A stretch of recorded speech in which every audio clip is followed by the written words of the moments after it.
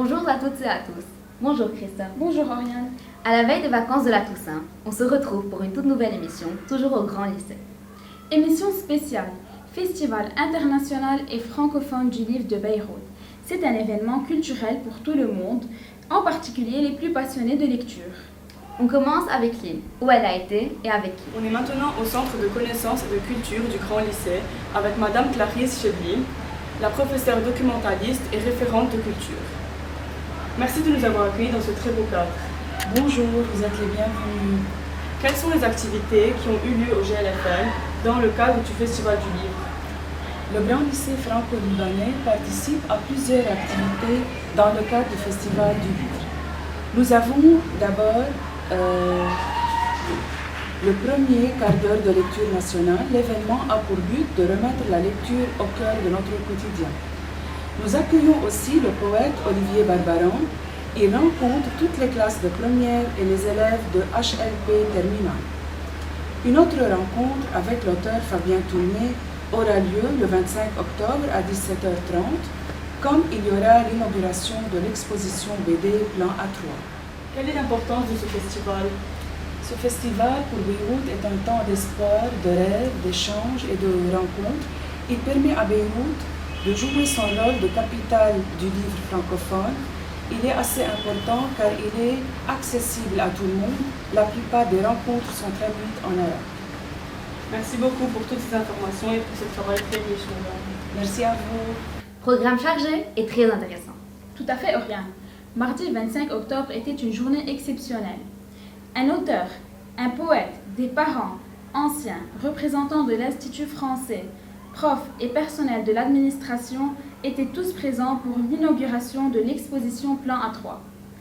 Allons voir Julia qui elle a rencontré. J'ai le plaisir d'accueillir à l'amphithéâtre du Grand Lycée le poète français Olivier Barbaran.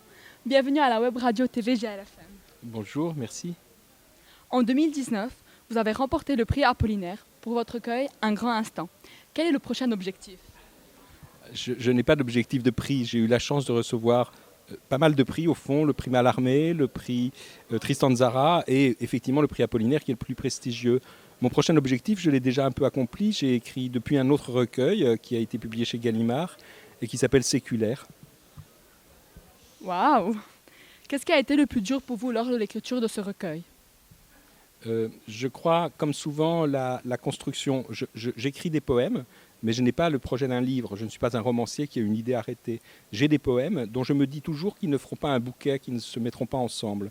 Et il y a toujours un moment mystérieux et miraculeux où je vois les textes se distribuer alors que j'ai l'impression d'être devant un grand désordre.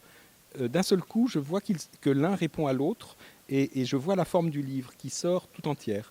Mais c'est toujours l'étape la plus difficile pour moi. J'ai toujours l'impression d'écrire des choses qui ne feront jamais un livre, qui ne vont pas ensemble. Et puis, à un moment, je découvre qu'il y a une unité dans ce que je viens d'écrire. C'est très intéressant. Qu'est-ce qui démarque un grand instant pour vous de vos autres œuvres? Ça s'inscrit un peu en continuité. Peut-être que ce qui démarque un grand instant des autres œuvres, c'est que pour la première fois, j'y ai vraiment tout mélangé sans que ça me pose problème. La prose, le vers libre, le vers compté, sans que je me sois interrogé sur la possibilité de le faire. Et c'est devenu un peu marque de fabrique. J'y mélange de plus en plus les formes différentes. Et je crois que c'est le premier livre où j'assume pleinement de commencer par exemple par des proses, de finir par une longue prose et d'avoir une variété de formes plus grande que je n'en avais auparavant. Donc vous étiez complètement libre lors de l'écriture? Oui, je crois que j'ai toujours été libre, mais peut-être libéré par une certaine forme d'expérience derrière moi qui me faisait dire non, tu as le droit de faire ça, alors qu'on a toujours un peu des modèles dans les livres plus juvéniles. Avez-vous déjà tenté d'écrire autre chose que des poèmes? Alors si par poème vous entendez des formes avec des vers où on va à la ligne, j'ai déjà écrit. En fait, j'avais une alternance entre de la poésie et de la prose. Et donc j'ai des livres de prose, j'ai des livres de témoignages, j'ai des livres de souvenirs. Mais au fond, pour moi, tous sont poétiques. Je ne suis jamais dans le récit. Et donc je crois que j'écris des poèmes sous des formes différentes. Selon vous, quelles sont les qualités requises pour être un bon poète? C'est une question difficile. Peut-être de ne pas trop, d'être suffisamment naïf, de garder de la naïveté même dans l'expérience. Je crois qu'un poète, ce qui rend le poète mauvais, je ne sais pas très bien ce qui fait un bon poète, mais ce qui rend le poète mauvais, c'est quand il se met à calculer ce qu'il veut faire, quand il croit qu'il maîtrise les choses alors que nous ne les maîtrisons pas, ou bien quand il n'est plus assez ouvert à la vie pour être émerveillé, ébloui. Moi, j'ai vraiment envie que ce soit toujours un recommencement, et je crois que c'est cette capacité à accueillir le monde, à ne pas trop compter sur l'expérience, à ne pas trop être en distance, finalement à ne pas trop penser, pour continuer à ressentir. Merci beaucoup d'être venu et bonne continuation. C'est vrai que ces interventions auprès des élèves étaient très enrichissantes. Mais c'est quoi l'intérêt d'un tel événement au Grand Lycée? Julia a trouvé les réponses chez la bonne personne. Entre intervention du poète Olivier Barbaran et l'inauguration de l'expo de BD avec Fabien Toulmé, on a réussi à avoir quelques minutes avec notre cher proviseur Xavier Ferrand. Bonjour monsieur et bienvenue à la web radio TV GLFM. Bonjour à toi et merci d'être avec moi aujourd'hui. Merci de nous avoir accueillis dans votre bureau. Dans le cadre du Festival international et francophone de Beyrouth Livre, le Grand Lycée accueille l'exposition de bande dessinée du 25 octobre jusqu'au 22 décembre. Quels sont pour vous les bénéfices d'une telle exposition au GLFM? La question, en fait, c'est la question du rôle de l'art dans l'éducation des élèves, en fait. Et il nous a paru à nous important de confirmer ce que nous faisons tous les jours, en fait, mais de manière un peu plus visible à travers cette exposition, que le futur citoyen, il sera mieux formé s'il est au contact de l'art. Alors pourquoi? Parce que l'art, en fait, nous oblige à penser le monde un peu différemment. Il n'utilise pas que des mots, dans ce cas-là, il utilise l'image, le dessin, le silence, les absences, les vides, les blancs, les noirs, etc. Et ça nous oblige, nous, personnes, les élèves et les adultes aussi, à reconsidérer un petit peu notre vision du monde. Et on pense que ça contribue donc à l'ouverture d'esprit qui fera que nos élèves seront mieux préparés pour être créatifs aussi dans le monde de demain. C'est une très belle exposition. Et cette exposition au Liban? Au Liban, c'est un petit peu la suite de ma réponse, je dirais, puisque justement le Liban, il a besoin d'invention, il a besoin de jeunes qui sont capables de le penser autrement, puisqu'on voit qu'il a des difficultés à fonctionner aujourd'hui. Donc on pense qu'en effet, des jeunes qui auront la capacité créative, finalement, d'imaginer d'autres choses, d'autres réalités, seront sans doute mieux préparés pour le Liban de demain, qu'on espère un petit peu plus serein que celui d'aujourd'hui. Vous avez totalement raison. Est-ce que vous êtes fan de BD, monsieur? Pas du tout, en fait je suis très ignorant, mais j'ai honte. Mais donc j'ai lu comme tout le monde, je me suis intéressé parce que c'est un mouvement qui s'est développé de mon point de vue récemment. C'est-à-dire que quand je suis né, il existait un certain type de BD, plutôt les Tintins, les Astérix, etc. Donc j'ai lu ça évidemment dans ma jeunesse, mais aujourd'hui je suis intéressé en tout cas par les romans graphiques, par justement cette littérature qui prend une autre forme et qui moi me paraît très très riche justement parce qu'elle arrive à mêler l'image et le texte, elle arrive à créer des univers qui sont très envoûtants, qui nous prennent beaucoup comme lecteurs, donc ça m'intéresse, mais j'avoue mon inculture encore dans ce domaine, mais je travaille. Avec les avancées technologiques, beaucoup de personnes ont renoncé à la lecture. Comment, à votre avis, peut-on inciter les jeunes à lire? D'abord, je nuancerais. Je pense que les jeunes lisent beaucoup en fait sur leurs écrans, sur des messages courts, etc. Alors c'est une autre forme de lecture, bien entendu. Et pour les ramener vers notamment de la lecture de fiction, comme on a, je parlais des romans graphiques, la BD dont on parle aujourd'hui, la littérature en général, on reçoit aussi un poète aujourd'hui qui est parmi nous.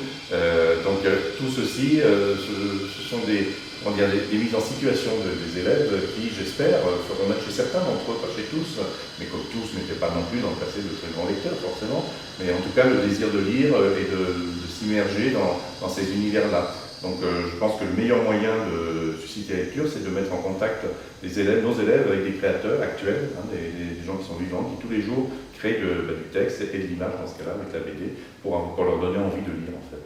C'est très important de lire, je trouve. Absolument. Merci pour votre temps et bonne journée.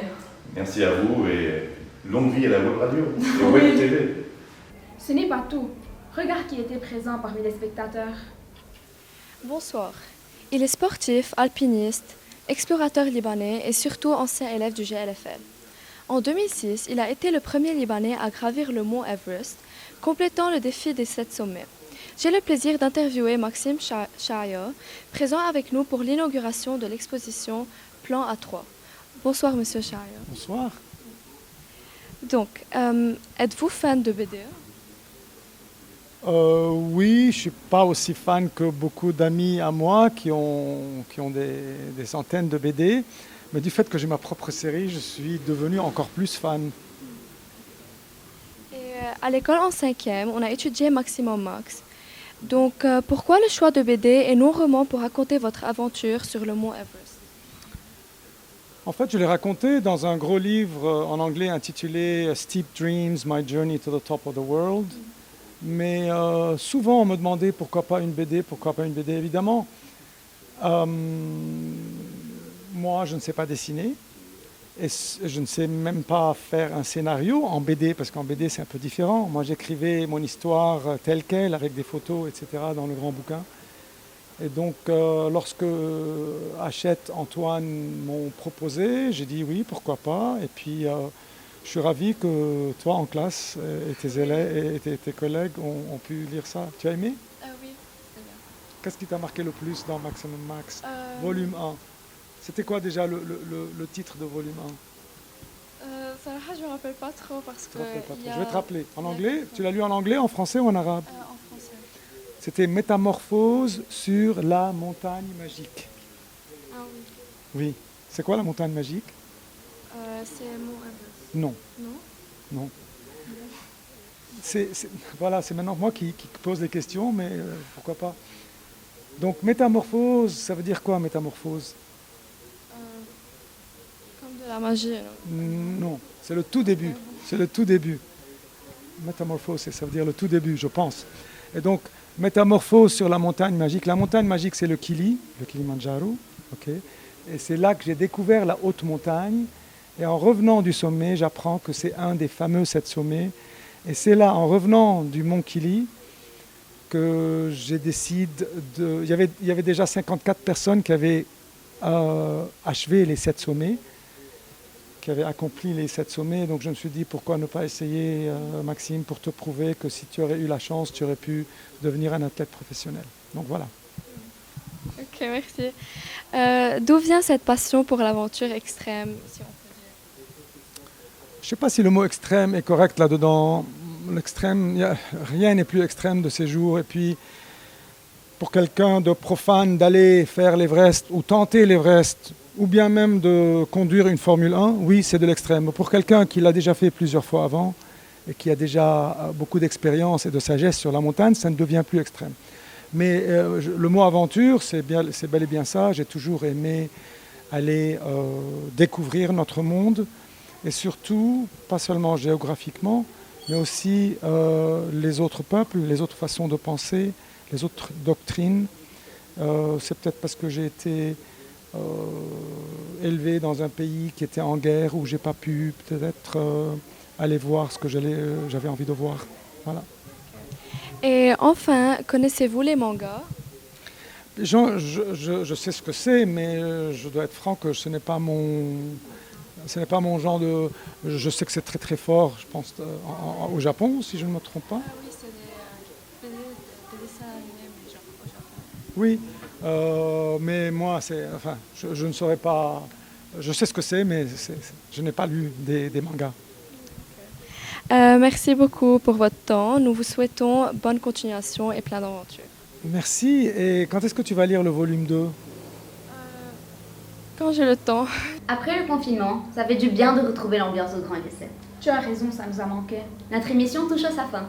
Merci aux jeunes reporters d'être présents sur le terrain pour couvrir l'inauguration de l'exposition Plan A3 dans le cadre du Festival international et francophone du livre de Beyrouth. Au revoir et à la prochaine. À la prochaine.